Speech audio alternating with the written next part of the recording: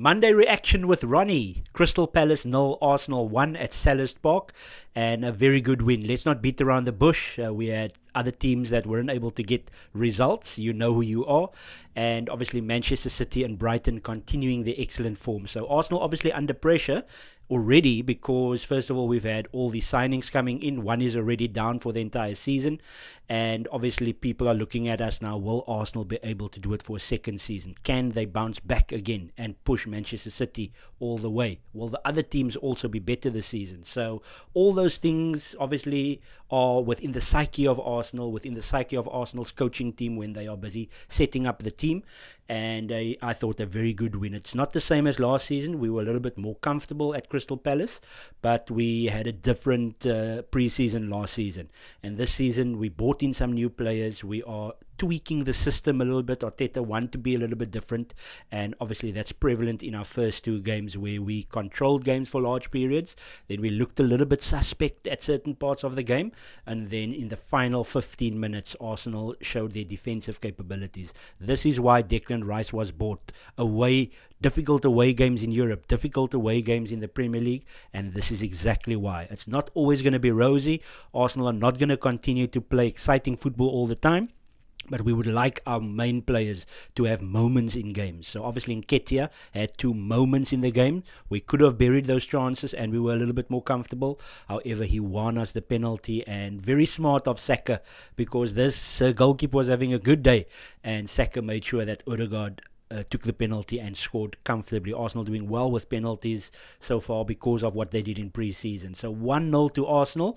I thought we were very good at times, and then obviously we were a little bit, you don't know really how to call it, because there's quite a few players that had really good games. Ben White and Saliba at the back. I thought Tomiyasu was a little bit disappointing. And then obviously Thomas Partey had a very good game. He was mostly, when you look at his heat map, he was mostly in his normal sixth position alongside Declan Rice, but obviously on the graphics he started as a right back. I thought he had an excellent game. Yes, there was a bit of an issue tracking the wide player from Crystal Palace, but I thought he had an excellent game. I think it was Schlupp where one or two times didn't track the player, and then obviously Ben White on the right centre-back side of things. So tactically there's still things to work on when it comes to the positioning of Thomas Partey. However, we want to dominate the ball. That's why we've got a ball-playing holding midfielder, a good pass of the ball, playing, basically coming in as an inverted right back, but he's mostly in midfield, which is where his position is. It's just that we're trying to tweak now. Where does Saliba play? He's got the pace, as you saw in the game, to get back and make those last-ditch tackles. Ben White, very good technically on the ball, can track the game quite well from his right centre-back position, and he can then go into right back. Arsenal within games can go back into their 4-3-3, and you'd basically have Rice that can push up as a left 8. You've got Havertz and what's the guy's name?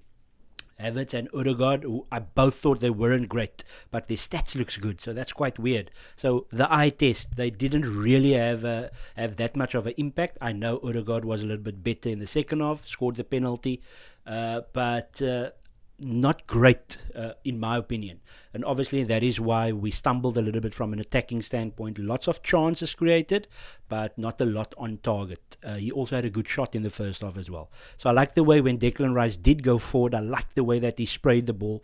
When Thomas Partey was more in a defensive position, Declan Rice controlled the midfield, and that is why he was man of the match. So like I said, Ben White, Saliba, very good games. Thomas Partey, good game as well. Ramsdale had nothing to do, let's be honest. And then obviously Tomiyasu was a little bit of a weak link. I thought Ayew got the better of him in most instances in the game. And then obviously Declan Rice, man of the match.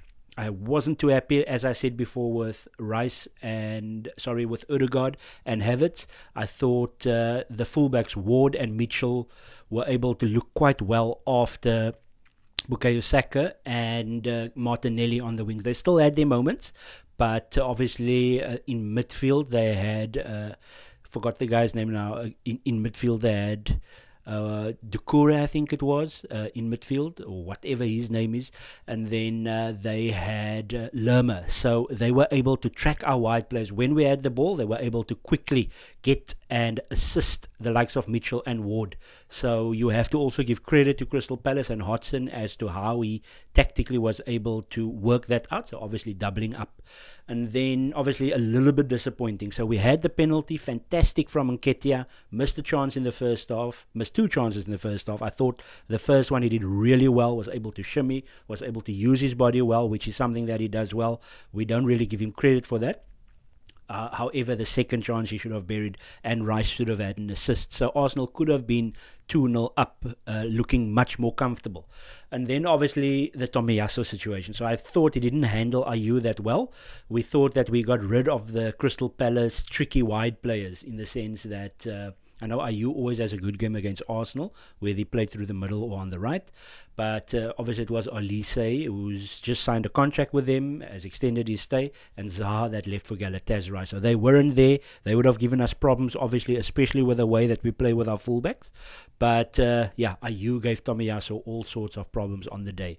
So one of the referees that tends to come on these Monday night shows said that a couple of Arsenal players, before and at this instance of his first yellow card, they were throwing the ball to each other, thus time wasting.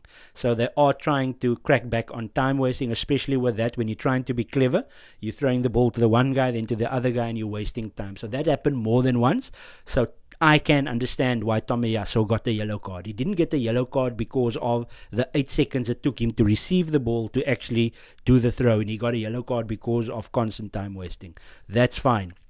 Now, the second yellow card. So you had a situation where Havertz and Saka were hauled down in the first half. I'm not 100% sure if it was Havertz or Saka on both occasions, but Ayew should have gotten 2 yellow cards. So he should be off already, and not giving Tomiyasu that much problems, and Arsenal would have won this game much more comfortably. If you're not taking into account the 2 yellow cards of Tomiyasu, which I thought was soft. Okay, so I accept the first one. The second one I don't accept because of what Ayew did in the first half. He should have been sent off, or it could have been early on in the second half, where he should have been sent off for worse than what Tomiyasu did to him, and getting that second yellow card. So I do understand technically why there's 2 yellows for Tomiyasu, but then Ayew should have been sent off as well. And then just turning that around back on us, Havertz also hauled down, pulling the jersey, Ayew later on, and he didn't get a yellow card. So the inconsistencies is what's creeping into the Premier League referees. I don't think they know what's going on, and it's causing havoc in the Premier League. It's not just Arsenal, it's all clubs. There's no consistency when it comes to these games. But you accept it. And then once again, Arsenal impressed me with how they rallied from a defensive standpoint. The one side, they were too deep. You can't be too deep because then you're inviting pressure. So you're already in a situation where when you play deep, 11 against 11, you then obviously have overloads that the attacking team creates, which causes you problems because you've got your fullbacks that could have 2 players against 1, meaning the fullback of the attacking team and the winger of the attacking team, and then balls gets pushed into the middle, which Arsenal dealt with really well. Arsenal's now 10 men. Tomiyasu's off, Gabriel was there, Saka played left wing back, did okay. However, the fact that we were so deep and we weren't really able to get the passes going when we were deep, so when we did actually win the ball back because of good defending, there wasn't an outlet, even though Havertz was up front and he was winning his aerial duels, as they say. But that part is a little bit disappointing. I'm ecstatic with the way we defended and gritted the result out. And that's also to the same extent last week against Nottingham Forest. But we take the points, 6 out of 6. I'm ecstatic about that. It's the same as last season. We now go into 2 consecutive home games before the international break. It's once again that damn international breaks. But Arsenal now have Fulham at home and Man United at home. Again, turn it back to last season, we won all these games. We beat Fulham at home 2-1. Gabriel obviously made the mistake against Mitrovic. He's not there anymore. He's been sold to Saudi Arabia. So Mitrovic was up front. Gabriel created the error, and then Gabriel scored a late winner in that game last season. And then obviously we know what happened at the Emirates. Man United coming to lose 2-3. Rashford and Martinez goals, and then obviously Nketiah twice, and Saka's brilliant goal. So I would like us to be at optimum again. So maybe it will still be a bit scratchy, but maybe a bit better against Fulham. So we want the upward trend. And then against Man United before the international break, we must have 12 points from 12 games. Just as our opposition, I think West Ham go to Brighton on Saturday, and then Manchester City go to Sheffield. So I fully expect Brighton and Man United to be on 9 points, or Man City, sorry, not Man United. Man United host Forest, so it's going to be interesting to see with us dominating but struggling a little bit at times against Nottingham Forest in the first game. Liverpool go to Newcastle United. I'm not sure what Tottenham's doing. They are away to somebody.